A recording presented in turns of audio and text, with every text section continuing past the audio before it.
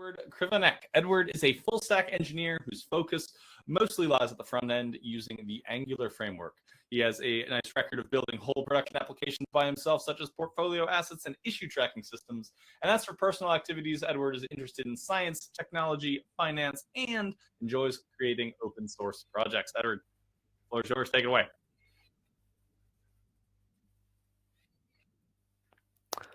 Thank you, Andrew. All right, guys. So welcome you to a quick introduction into GraphQL. And well, let's take a look at what is this buzz around this whole GraphQL technology. So GraphQL, in the most basic term, it's a query language that delegates the responsibility of shaping the data that is being exchanged between the server and the client to the client hands. That means the server provides some logical operations such as queries to get data, mutations to modify data, or subscriptions for real-time communication. We will get back to it a little bit later. And each operation can return a really complex object, which might have like 60, 70 properties, but you don't need all of them. And this is the power of GraphQL, that the client can define that, hey, I'm interested only on 4 properties and I don't care about anything else. So this is what developers mean when they talk about that GraphQL can solve the problem of overfetching and underfetching, because compared to a REST architecture where a server tells the client that, hey, this is the data and do something with it, it's up to the client to define what data he wants to receive back. GraphQL represents the relationship between multiple entities. However, it does not necessarily have to equal the database schema. Usually it does, but it's not required. So for example, on the right image, if we take a look at the movie table, it has one-to-n relationship with some comments. This relationship can be modeled in GraphQL with an additional movie comment attribute that if you query this data, you will receive back a list of comments associated for a specific movie. But this attribute doesn't have to be represented in the database table.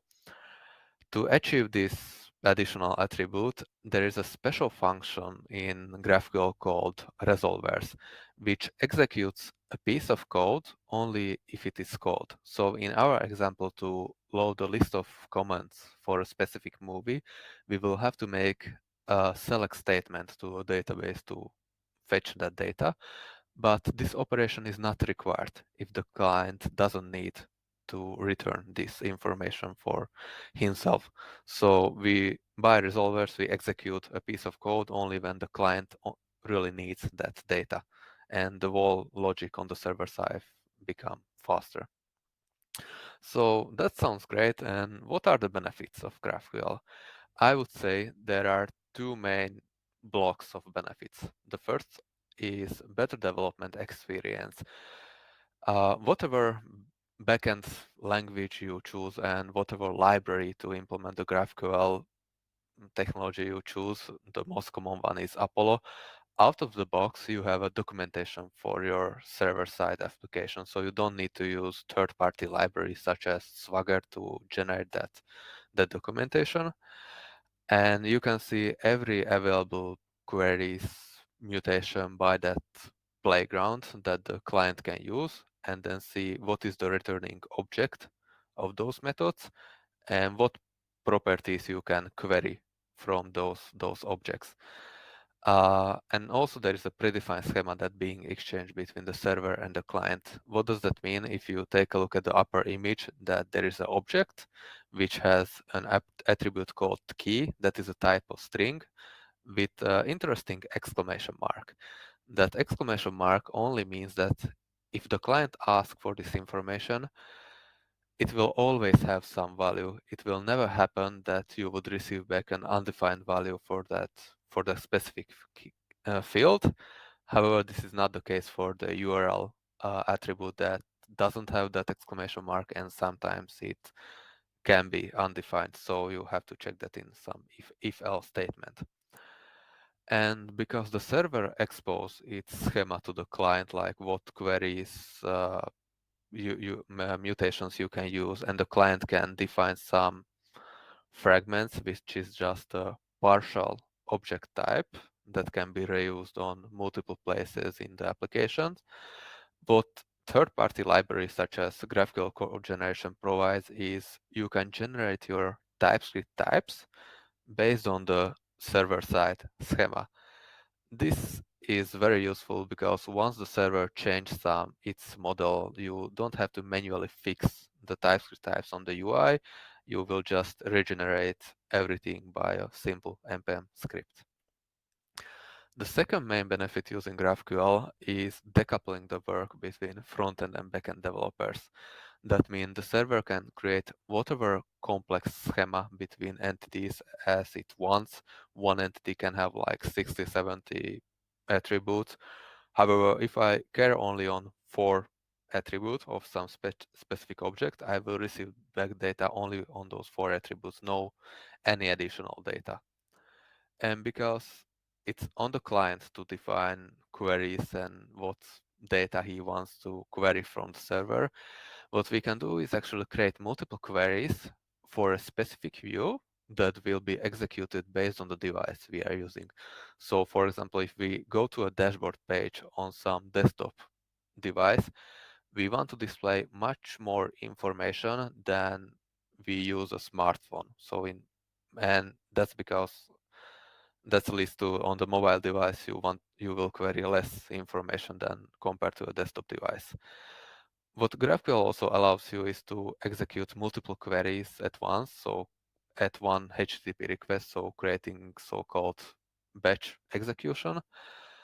And also GraphQL provides a very interesting functionality called subscription. That means a server can notify multiple clients that some event occurred on the server side. You can think about it like a one directional WebSocket communication. So for example, if I create a user with a mutation, then the server will notify some listeners, some clients which are in a specific group that, hey, a user has been created and here's data about that user, and then perform some logic on the client side.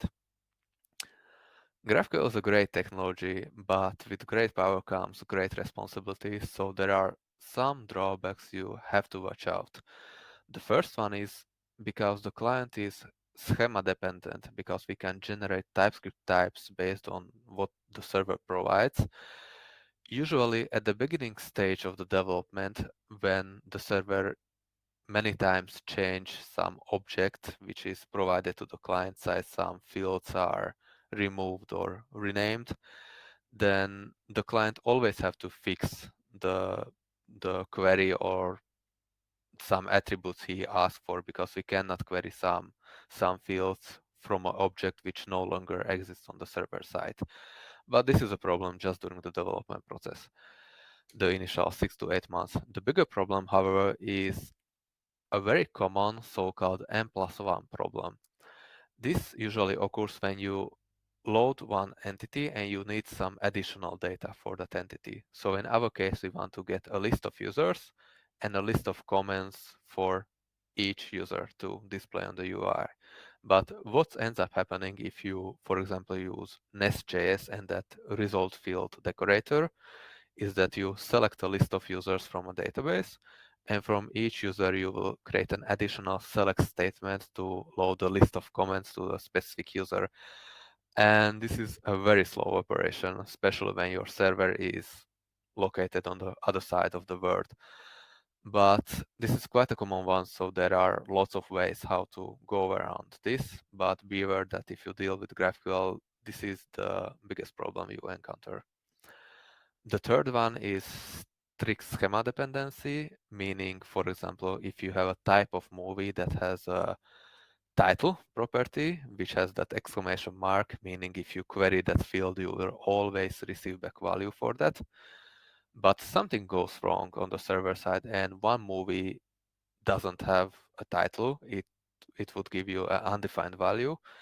In that case, if you query a list of movies, your whole query will fail. You would expect to receive back a list of movies when only one is bad, except of one, but this is not the case. Your whole query will fail if the returning data doesn't match what the GraphQL schema tells. The fourth one is every operation, every HTTP operation is marked with the 200 status code, even if they fail. So in case if the server throws some error, the whole operation is marked with 200 status code, but you receive back an object that has a property attribute, which contains a list of errors that happened on the server side, and you can modify the status code with some additional plugins. Last but not least, it comes when you want to scale your backend server on multiple instances, and you are also using that subscription feature to notify clients that some event occurred. What you don't want to have your clients be directly connected to the specific instance, because if that node or instance emits some event that something has happened, a new user has been created, only those clients will be notified who are directly connected to that instance. What you want to have instead is some intermediary server such as Redis, where everybody is connected to, and by that everybody will be notified. GraphQL is a great technology, and this was really just a short, quick introduction to it.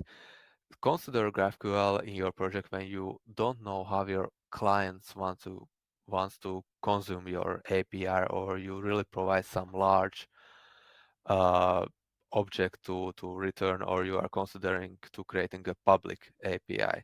But there are also some concerns to watch out. So yeah, that was a quick introduction, and thank you for your attention.